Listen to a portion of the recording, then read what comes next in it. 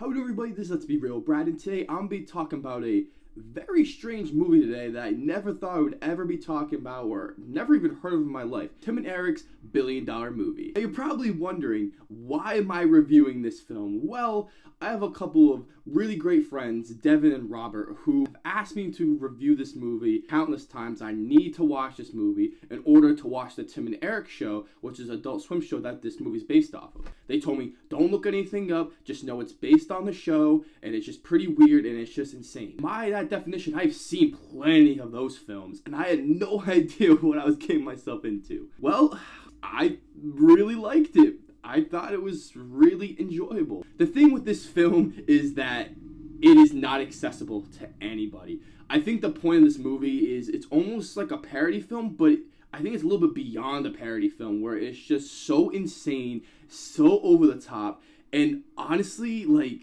I don't even know how to explain this movie. The comedy is really funny, but it's really stupid. Not gonna be for everybody's taste. I do love my fair share of really funny but kind of bad like movies that are just super stupid, like Dumb and Dumber, Anchorman, Happy Gilmore. But when it draws the line is when you have someone like Adam Sandler's other films that aren't actually funny at all, and they're just beyond dumb, that are not even creative, there's no originality, and they're just a bland movie overall. You have a movie like Tim and Eric that is so stupid but embraces it, but here's the catch. They're creative, original, and they're completely unpredictable. I think that's one of the things I truly love about this film is the unpredictability, because there's so many scenes that just go different places, and honestly, I wouldn't even expect it. And it's not even like they're doing it so on purpose, but it's just that there's no true formula to the film. Sure, it has like the basic 3-act structure as you realize throughout the film where it's going. In the first like 10 or 20 minutes, you don't really know what is happening, and I think it's just a really awesome way to get your viewers into your movie. The comedy is just super creative. I love all these weird commercials they have in the film, weird editing choices. Sometimes it's just so loopy and over the top. And this also adds to insane presentation where they'll sometimes change the colors of the shots. They'll even change the cinematography. They actually change the aspect ratio in some of the scenes. It is just brilliant, and it shows that there's a lot of detail and there's a lot of passion that actually went to this film, even if it just seems so stupid and dumb to the average viewer. If you're not looking at those other aspects of the film that they're actually trying, each scene has something weird going on. For example, there are places in this mall they go to that all have insanely different weird names, and they use all these places to parts of the film, so they're not just in the movie just for a joke, like they actually use it. So I didn't even watch a trailer for this film. As you know, I don't even know anything about Tim and Eric in general,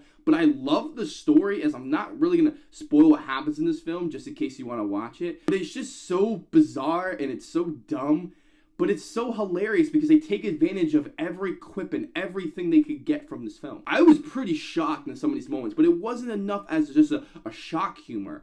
It was more like I was shocked for a few seconds, but when it kept going on, I found it genuinely funny, and that's when it passes the shock humor, when it genuinely becomes funny, and you can see that there's a lot of creativity going in within each joke. My only real criticisms with this film is that some of the jokes don't always work for me. There are some jokes that are meant to be awkward, and they don't always hit, but some of the awkward ones are supposed to make you feel awkward, but it's like this weird shock laugh that you have with the film that I enjoy some of those. Some of the jokes just kind of felt a little dull. That's what's going to happen with comedy film. If you really enjoy the humor in this one, I totally understand it. Just maybe because it's made for the fans of Tim and Eric, and I'm not really used to their style, and maybe some of the scenes were like callbacks to the original show or something like that. So my views on it are going to be a little more subjective rather than seeing the original show. There's a couple of subplots in the film that just don't work for me. One of them is just this relationship with this woman that it just seems like they tried to give him something to do where the other subplot is kind of strange and kind of awkward, but I don't know, it's kind of funny at parts, but sometimes there's just kind of just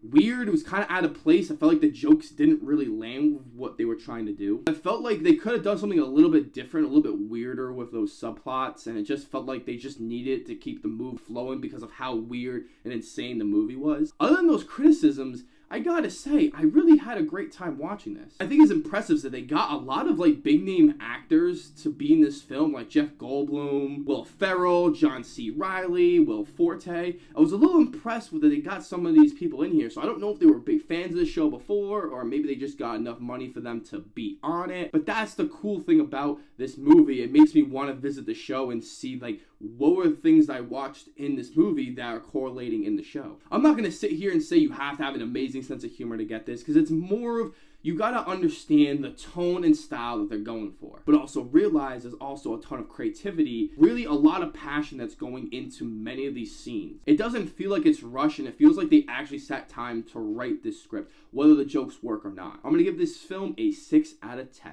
Let me know, what are some of your favorite stupid humor movies? Let me know down below. Please like and share the video. Please subscribe. It really helps the channel, so everybody who has been doing that has been amazing, and you guys are truly the best. I'm going to keep coming out with tons more videos that I put on my social media websites that were asking you guys what videos I should be doing next, and you guys responded, and I'm going to do the best I can to get those videos out for you guys. If you guys liked the video, I'll see you guys in the next one.